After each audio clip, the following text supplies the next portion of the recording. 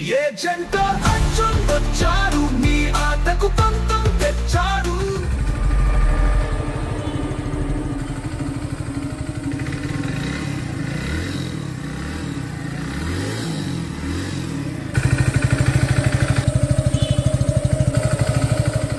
ఏం తమ్ముడు, ఎక్కడికి వెళ్ళాలి? ఊరి చివరున్న కొండ దగ్గరికి వెళ్ళాలి.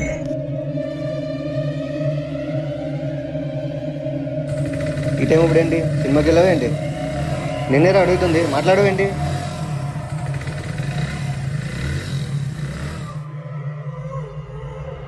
వెనక్కి ఎవరిని ఎక్కించుకున్నానే?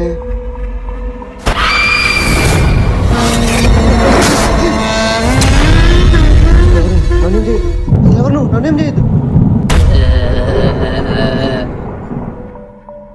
నువ్వా? ఈ సాగుకు నేను కారణం కాదు, ఈ సాగుకు నేను కారణం కాదు. నన్ను వదిలే, ఈ సాగుకు నేను కారణం కాదు, నన్ను వదిలే. వదిలియాలా? సరే, ఆ స్తంభం దాకా పరిగెట్టుకుని వెళ్ళొస్తే నిన్ను వదిలేస్తా. పరిగెడితే నిజంగా వదిలేస్తావా? వదిలేస్తా, కాకపోతే 10 రౌండ్లు. 10 రౌండ్లు వేసిన తర్వాత నన్ను వదిలేస్తావా? ముందు వెళ్ళు.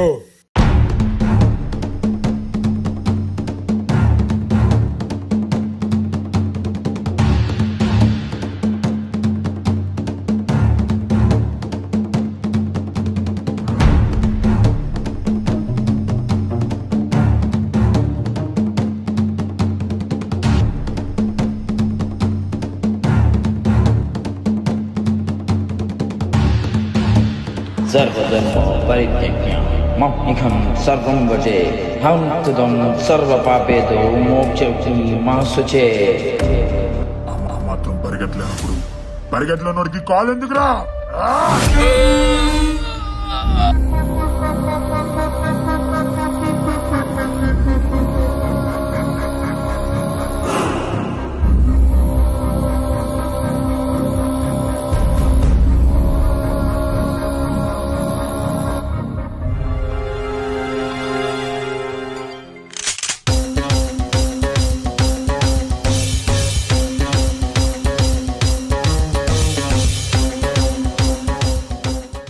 సార్, ఈ కేసులో మనకి ఏదైనా క్లూ దొరికితే బాగుంది సార్, ఫర్దర్గా కేసు మూవ్ చేయడానికి.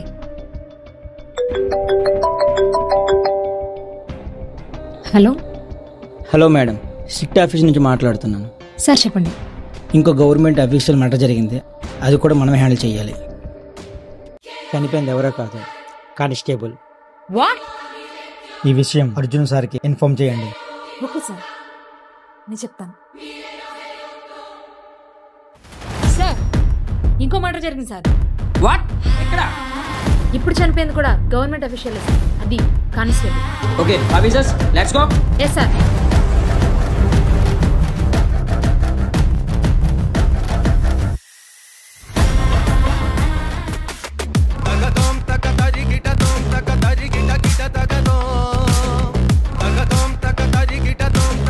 ఏమైనా క్లూస్ దొరికాయా?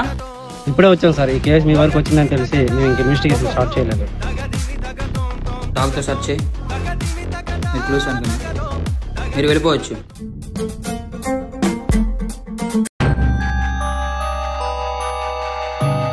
లెగ్ డ్రా చేయలేదేంటి? బాడీ మార్చేసేటప్పటికి లెగ్ లేదండి సార్. ఇక్కడ ఏమైనా ఉందేమో సెర్చ్ చేయండి. సరే సార్, చెక్ చేస్తాను.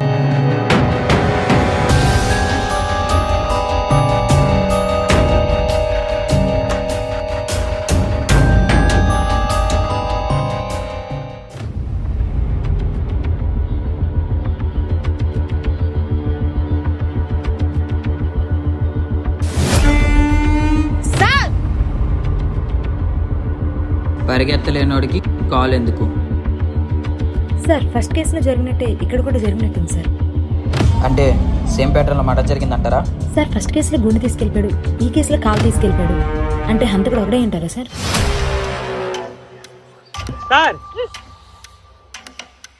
సార్ చూడండి సార్, ఇక్కడ ఫస్ట్ కేసులో వాచ్, ఈ కేసులో షూ. చూద్దాం. ఇన్వెస్టిగేషన్ ఆఫీసర్కి తీసుకురండి. Okay sir. మూవ్.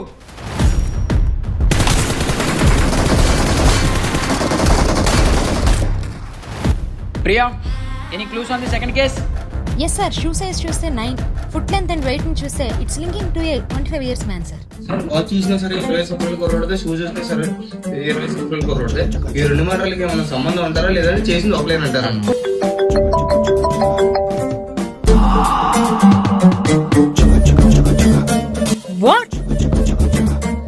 ఏమైంది ప్రియా? సార్ ఫస్ట్ కేసులో దొరికిన బ్లడ్ డిఎన్ఏ సెకండ్ కేసులో దొరికిన బ్లడ్ డిఎన్ఏ 100% మ్యాచ్ అయ్యాయి సార్. వాట్? సార్ ఫస్ట్ కేసులో గోడ మీద దొరికిన బ్లడ్ శాంపిల్స్ ఇప్పుడు చనిపోయిన కానిస్టేబుల్ బ్లడ్ శాంపిల్స్ తో మ్యాచ్ అయ్యాయి సార్. అంటే వాడు నెక్స్ట్ ఎవరు చంపుతున్నాడో మనకి ముందుగానే క్లూ ఇస్తున్నాడు అనమాట. కానీ సార్ వాళ్ళకి అనుమానం రాకుండా బ్లడ్ వాళ్ళ దగ్గర నుంచి ఎలా తీసుకుంటున్నాడు? ఈ రెండు కేసులు మనకు కొద్దిగా ఛాలెంజింగ్ గా మారినాయి సార్. కాదు, వాడు తెలివిగా మర్డర్లు చేస్తున్నాను అనుకుంటున్నాడు, అలానే తెలివిగా క్లూస్ ఇస్తున్నాను అని అనుకుంటున్నాడు. వాడికి తెలియకుండానే మనకి చాలా క్లూస్ ఇచ్చాడు. Number 1, only night time 2 or 3 అప్పుడే మర్డర్లు చేస్తున్నాడు. అండ్ నెంబర్ 2, వాడికి తెలియకుండానే వాడి చేసి మనకి క్లూగా ఇస్తున్నాడు. అయితే మనం ఏం చేద్దాం అంటారు సార్?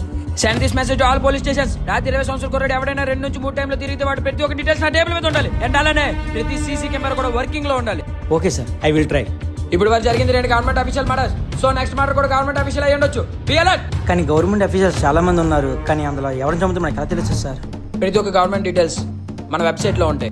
అండ్ అలానే కార్డ్బోర్డ్ మీద దొరికిన బ్లడ్ శాంపిల్స్ ఎంతమంది మ్యాచ్ అవుతుందో చెక్ చేయించండి. డిఎన్ఏ ఎవరికైతే మ్యాచ్ అవుతుందో వాడిని నైట్ చంపుతున్నాడు. సో రెడ్ హ్యాండెడ్ గా పట్టుకోవడానికి మనకున్న ఒకే ఒక్క దారి. Do fast guys, do fast.